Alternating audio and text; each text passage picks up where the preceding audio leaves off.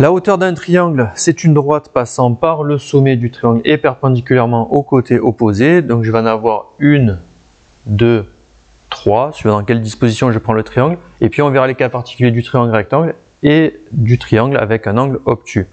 Donc je vais commencer par la notion de perpendicularité avec l'équerre. Je pose l'équerre sur le côté dont j'ai envie de faire un angle droit et je fais glisser jusqu'à atteindre un sommet. Voilà, première hauteur. Je fais pareil avec, donc j'ai fait avec ce côté, je vais faire pareil avec ce côté. Je pose l'équerre, je fais glisser jusqu'au sommet, deuxième hauteur.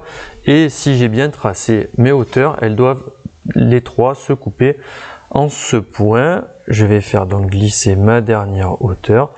La voici, elle passe bien par ce point qui sera appelé orthocentre. Pour le triangle rectangle, la particularité, c'est que ma hauteur va être confondue avec un côté. En effet, donc si je vais faire la hauteur qui est perpendiculaire à ce côté, je vais poser mon équerre sur le côté, je vais faire glisser, je me rends compte que pour atteindre le sommet opposé, je vais être confondu, ma hauteur va être confondue avec un côté du triangle. Pour le triangle avec un angle obtus, ça va être encore plus spécial parce que ma hauteur va être en dehors de mon triangle.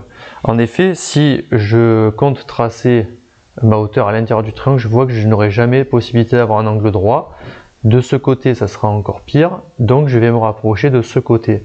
Donc je vais prolonger mon côté de sorte qu'il se retrouve en face de mon sommet. Première chose, je prolonge, je pose mon équerre sur le côté et je fais glisser jusqu'au sommet. Voici ma hauteur. Voilà, ainsi j'aurai deux hauteurs à l'extérieur de mon triangle et une hauteur à l'intérieur.